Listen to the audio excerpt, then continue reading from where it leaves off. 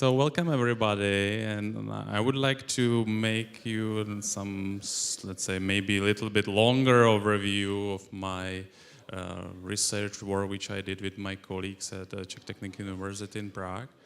And our main kind of interest is to get the hand-drawn animation to still be something which can be considered in case of CG pipelines.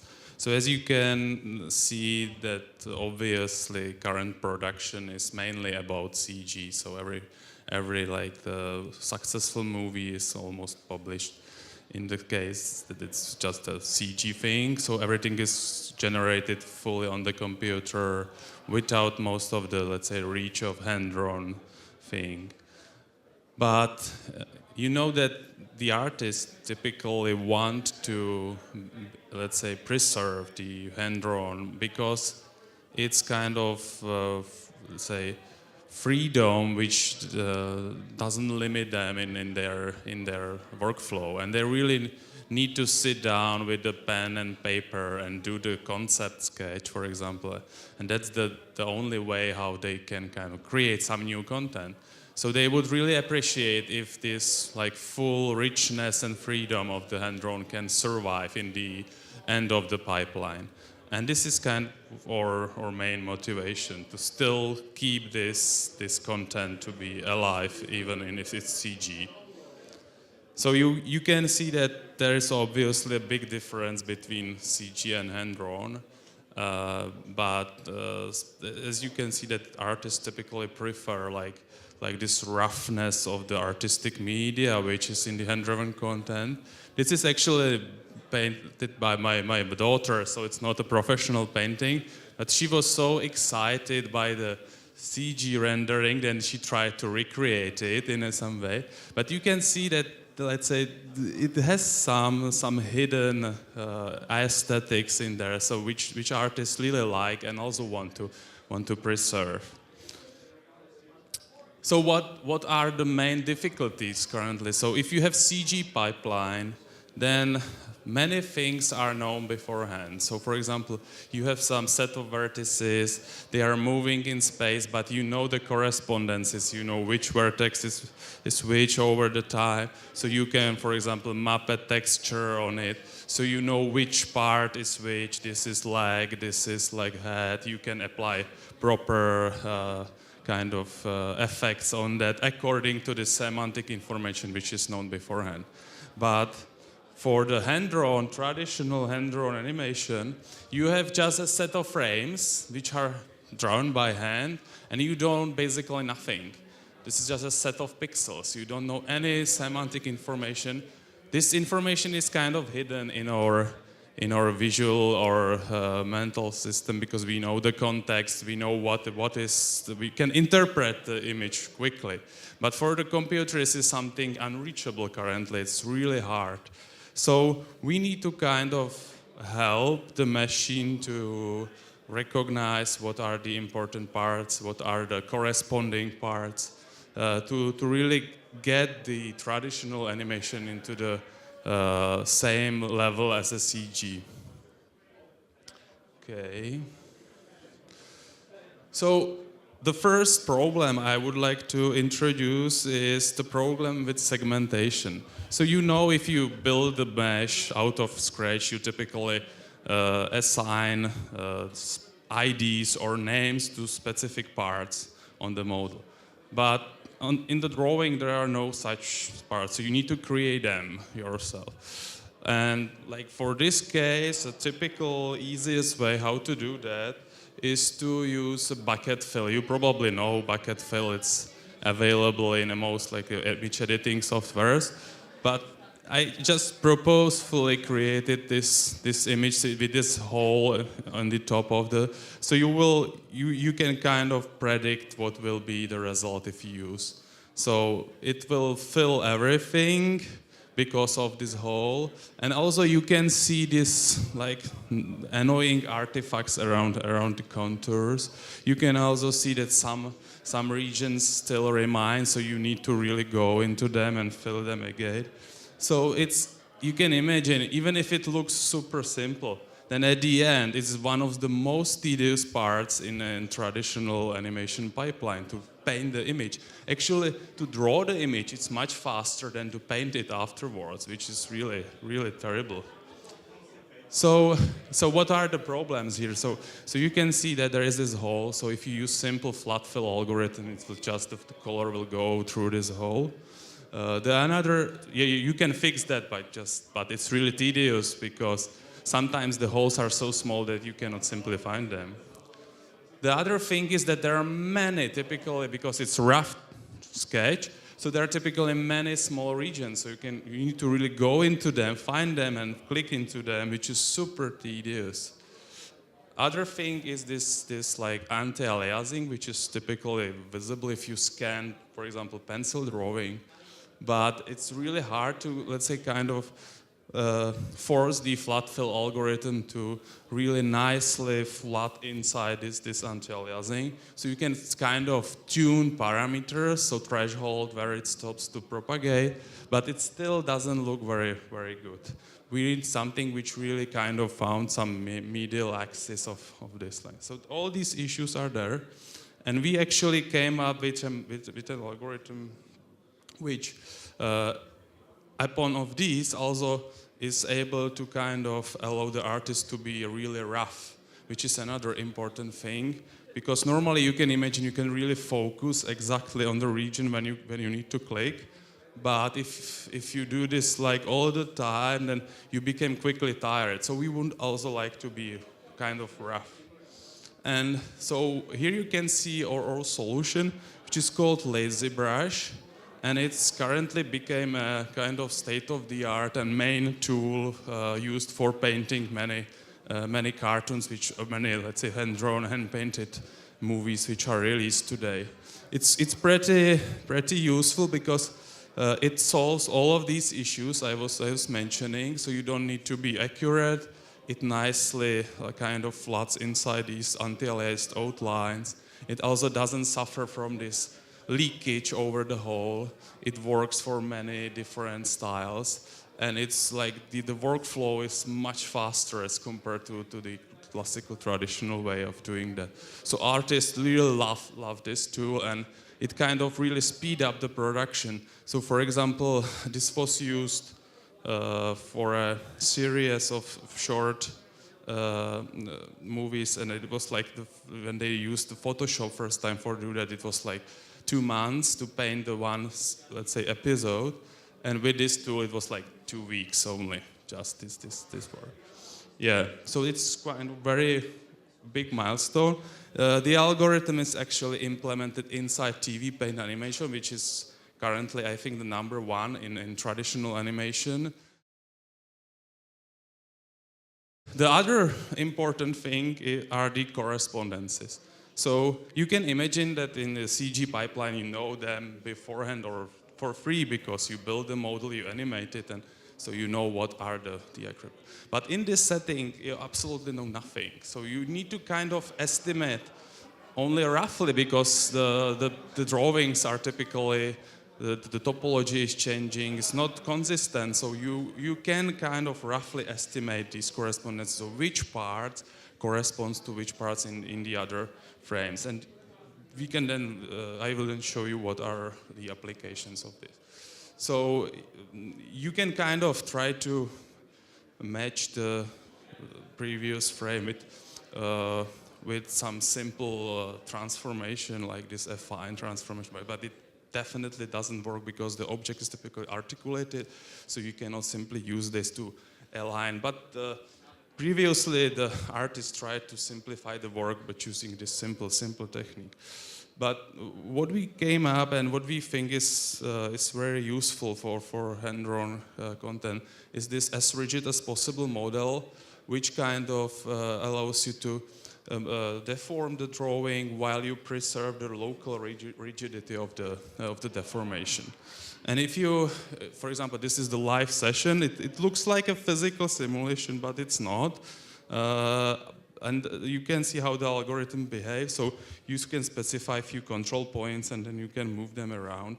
And it kind of nicely deforms like a rubber like a puppet. And that's exactly what we need. This model is very useful if we want to do this kind of estimation of correspondences between individual frames, because you can imagine the artists typically kind of follow also this model, and if we are able to use it, then we can also match these deformations. So I will show you. Yeah, this is also the algorithm is implemented inside TV Paint, so you can also use it. So I will show you the actual registration phase, which allows you to estimate these correspondences. The algorithm also looks like a biological organism or something like that. So it tries to align the actual original shape with the target shape, and uses this as rigid as possible model to regularize the actual structure of the mesh. So this is quite robust because there is no like simple kind of gradient descent approach. It's based on block matching, which is kind of not sensitive to getting trapped in some local optima. It always try to find a global minima in some small neighborhood, and because of that, it's quite robust. And this is like a detail, like it first like pushes the vertices towards a position which is most promising, and then it regularizes this using this as rigid as possible model. And this is the, let's say, demonstration what you can do with it. You have like two different animation phases, and you can align them automatically. So then after that you have nice correspondence, and you can use it in some other task, which I will show after this demonstration. Yeah. Yeah. So one nice application can be in-betweening. So imagine you have like few hand-drawn frames, and you want to kind of create something which is not like this, like 12 frames per second, which is typical frame rate, but you need really smooth transition between these poses. So you can run our algorithm.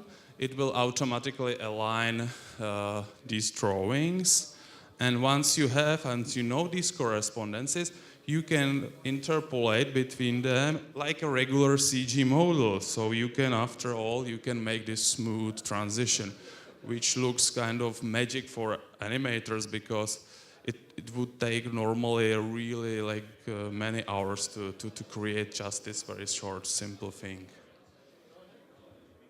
So there are also other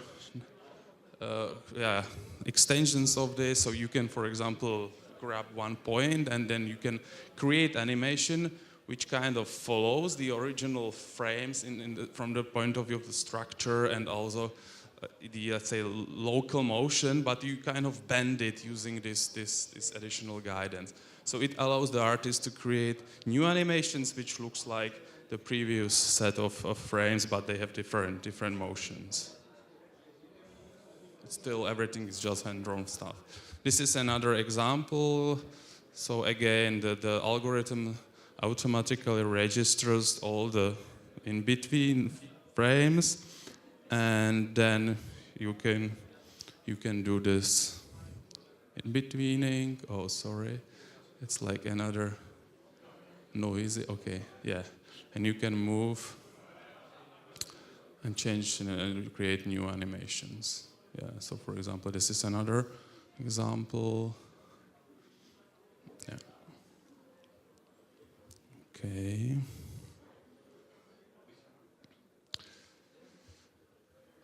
One of the main motivations for this correspondence estimation is painting. So you can imagine if you paint the first frame and you have a new frame, you don't need to start from scratch, and you just register the first frame. You just transfer these strokes for that algorithm lazy brush I was showing you previously, and then you can paint it just for free without any other.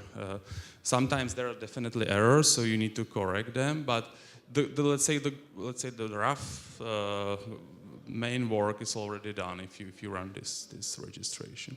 So it really speeds up the actual painting pipeline.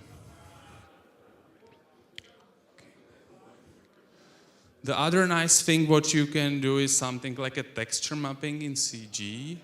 In this case, you also use the same algorithm, but instead of like doing the prediction for painting, you just transfer the UV coordinates, which allows you to do actual mapping of some textures.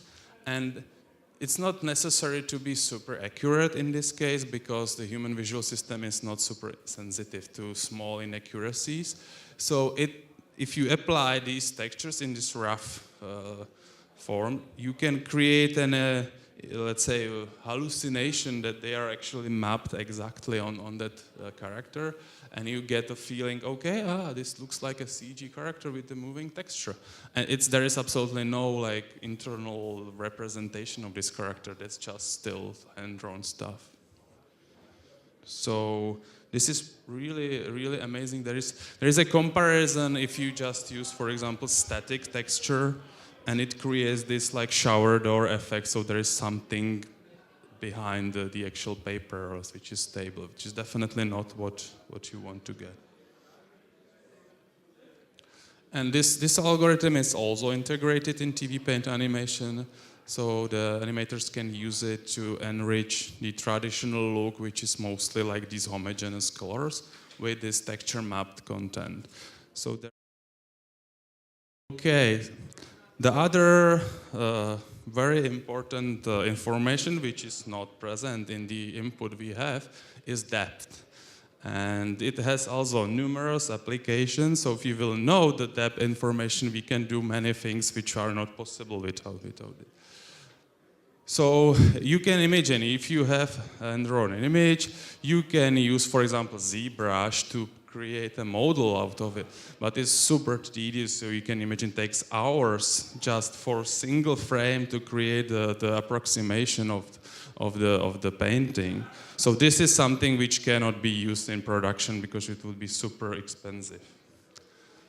But what is nice that there is, for example, this bar relief ambiguity which tells and which is used in sculptures for centuries, and which tells us that if you want to apply kind of shading on some 3D model, it's typically not necessary to get the depth information to be really, really correct. So we are still pretty tolerant to some distortions which are in line with the connection of the eye to the scene. So this is something which we can reuse. What is more important to satisfy some relative conditions, as I will show later, but the exact depth is typically not necessary to produce nice shaded images. Another nice perceptual thing is this one. So if I will ask you what is the absolute depth, for example, for the head of the room size, you will typically not be able to respond. But what is much easier for you is to estimate or even for sure tell which part is behind which part. This is super easy for us, but to specify the absolute depth, it's really hard. So, but with this interface, we can quickly assign, let's say, relative conditions to the drawing, and then we have an algorithm which estimates the rest, which estimates the absolute depths in that. So this is like the very simple example how it can work. So the artist can just specify these relative conditions using these arrows, and then we can run the algorithm which automatically estimates the absolute depth out of it. Yeah. So it can be more complex. So this is very simple, but you can imagine like the main idea here is to not specify depth absolutely, but in these relative conditions. So once you know this like depth information in the image, you can do simple tasks which are pretty obvious in a CG thing, but in drone it's really hard to do that. So for example, you can make a layering of the paintings quickly because you already know which part is behind which part. You can, for example, also combine the deformation with layering, so you can deform the image and then you can specify the actual local layering of these parts, so you can tangle this snake, for example. Yeah. Okay. So you can also do stereoscopic projection out of it because you know the absolute depth, so you can make an anaglyph, for example, out of it and then create a stereoscopic cartoon. You can also do simple 3D printing, which is super exciting, especially for children who can create just simple painting, then assign some depth information and print it, and it looks kind of still not super useful for like some other applications, but for kids to have some nice product, it's very, very appealing. But our main question was whether this simple representation can be used for rendering, to really apply the global illumination algorithm which are used in the CG pipeline.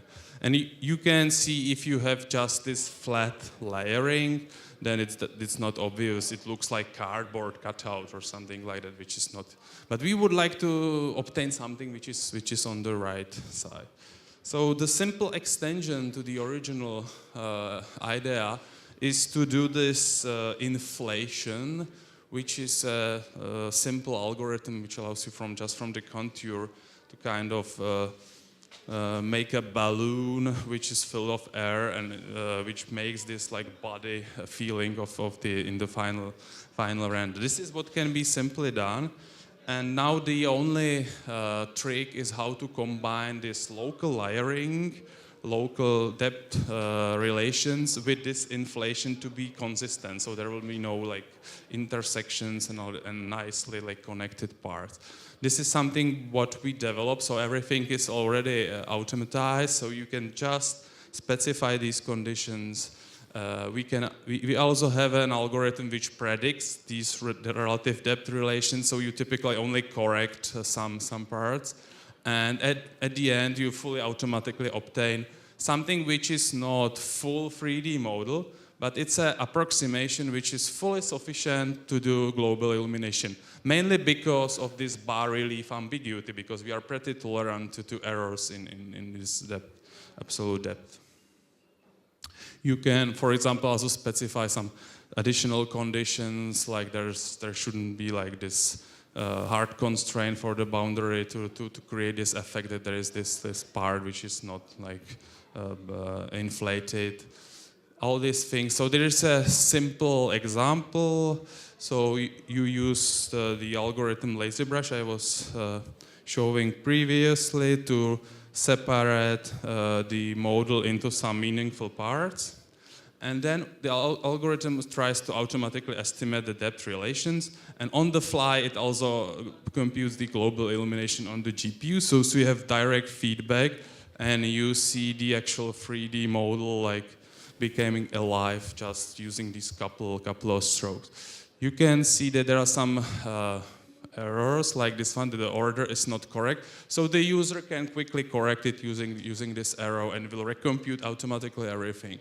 So you can see that these edits are really sparse and not super accurate, but the algorithm do all hard work and recreate this proxy geometry that can be used for the rendering.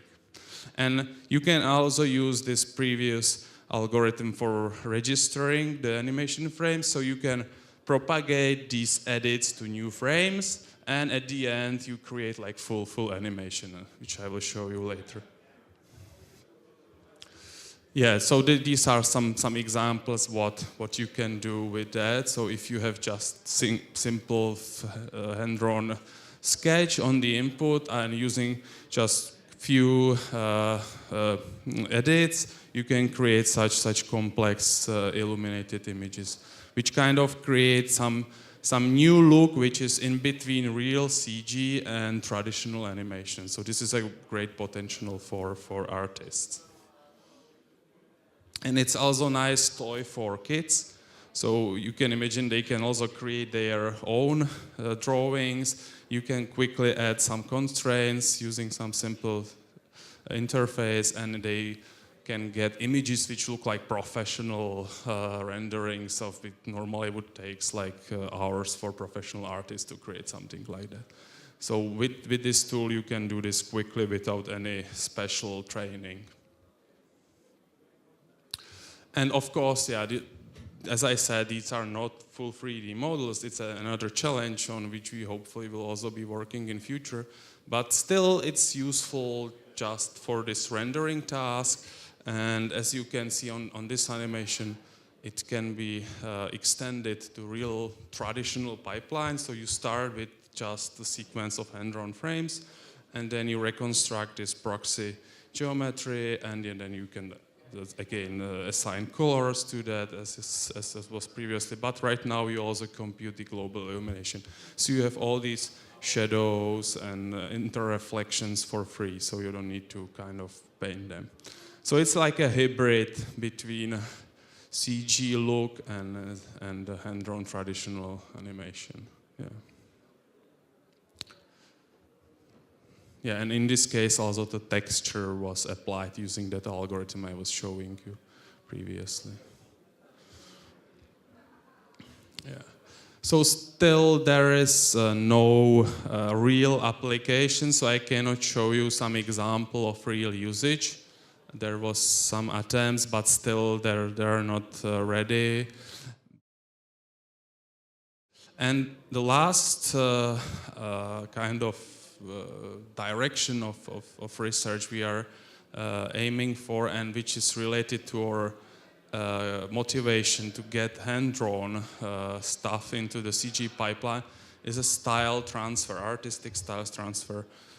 So the motivation here is that you have some existing painting which contains all these nice roughness and stylization of particular illumination effects. And you want to transfer this style to some new 3D model in a way that it will be undistinguishable from the original. So you cannot simply recognize it's not a real painting. So let me switch to different presentation.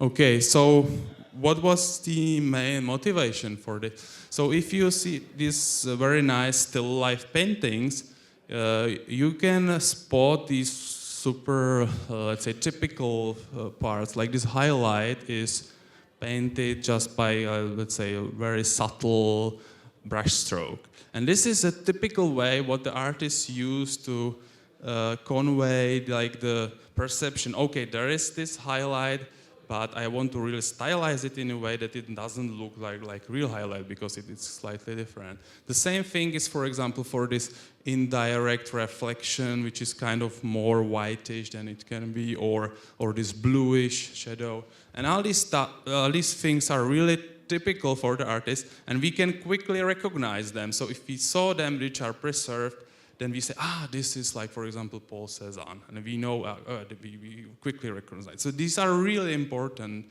And before that, people were also trying to transfer a style, but they didn't consider them. And the main, let's say, one of the main contributions of our work was to incorporate this into the whole pipeline. We are definitely not the first who tried that. So I think the most popular and used in production is the matcap or the lit sphere. You probably know it. It's available in ZBrush, for example. And it's pretty simple approach. So you just let the artist to paint a simple sphere, and then you just use environment mapping to transfer style painted on this sphere according to the correspondence between normals to the target model.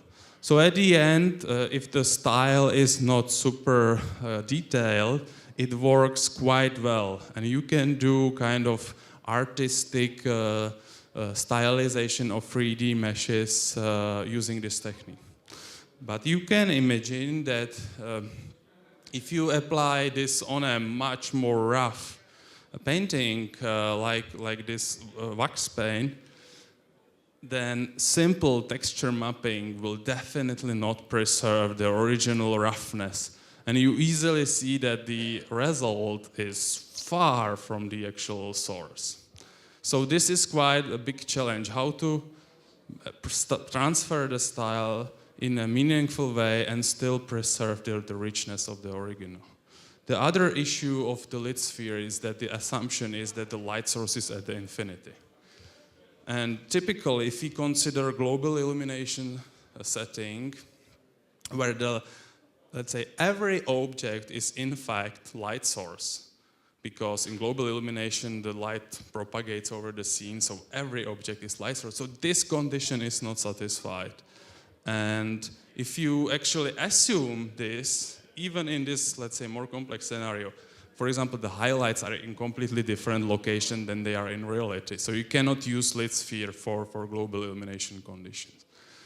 So we decided to go in a completely different direction, and we developed a new algorithm which takes into account properties of global illumination in the scene, which we can easily compute for free if we know this proxy scene, the geometry.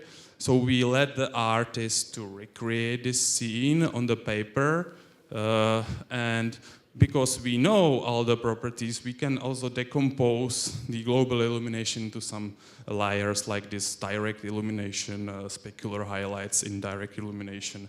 This is like the last one is first and then second bounds, which kind of separate the shading on the sphere and the shadow. And we can do the same for the target scene. And then now we have one-to-one mapping, one-to-one correspondence. And so we try to transfer the pixels from the original painted image into proper locations in the target, which corresponds to the actual source. This is also a technique which was already used previously in a different setting. The guiding channels was different, but the issue of these previous algorithms were that they kind of always fail to preserve the consistency of the original painting.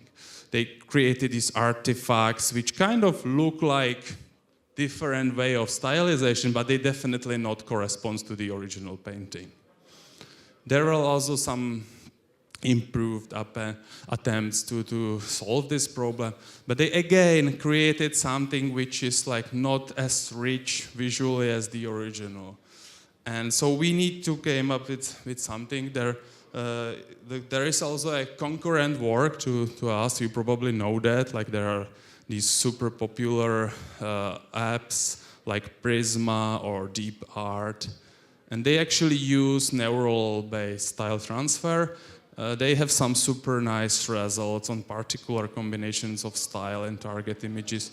But for this setting, they completely fail.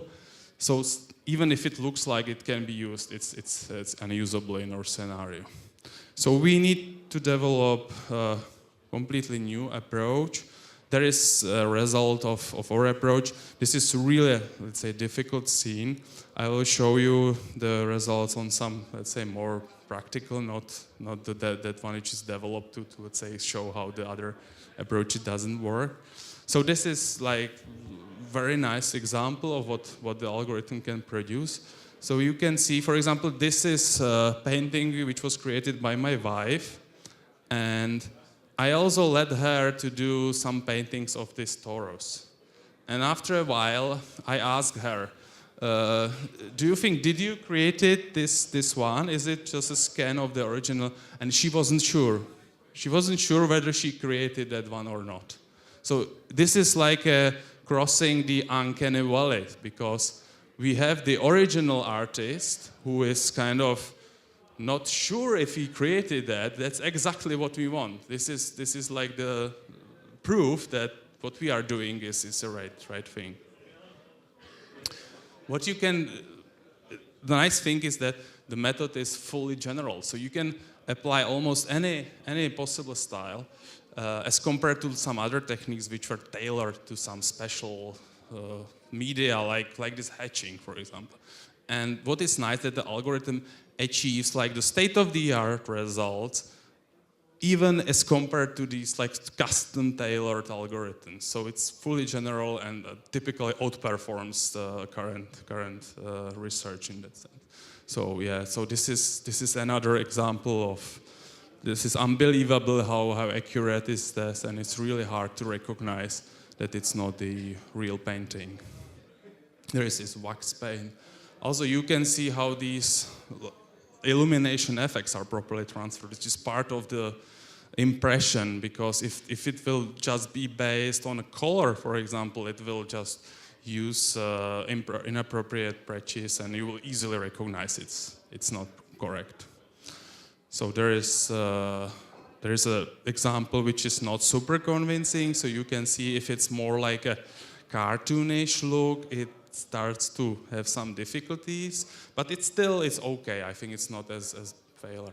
This is also difficult case, and there are some artifacts, but you can see that it's still pretty good.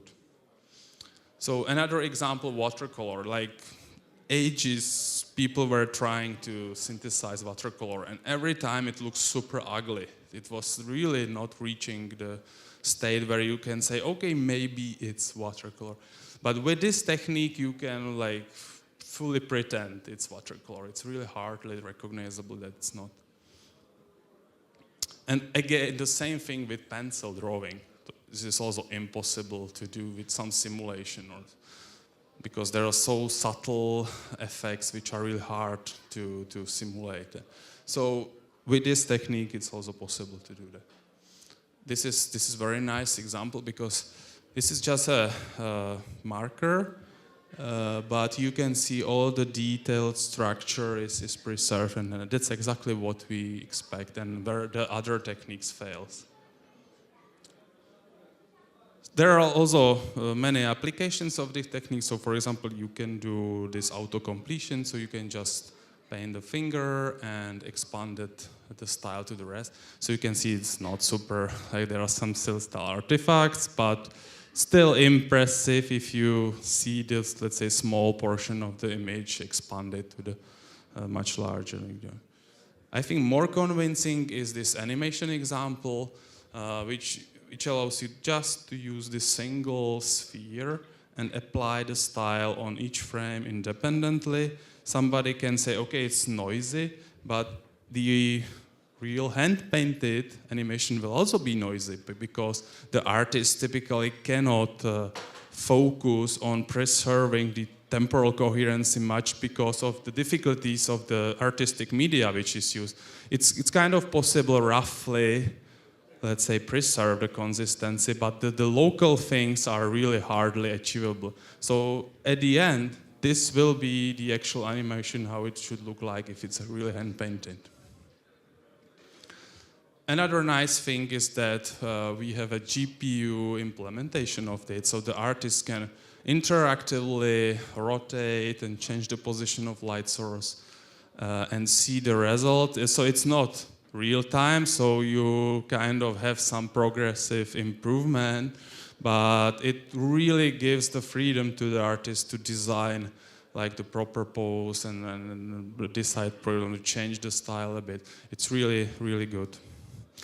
And the last very appealing application is this kind of interactive shading study. This is normally the way how the artist learns how to shade. So they typically start with a sphere, and they learn how to shade the sphere, and eventually then they will start to do this hard work on some more complex model.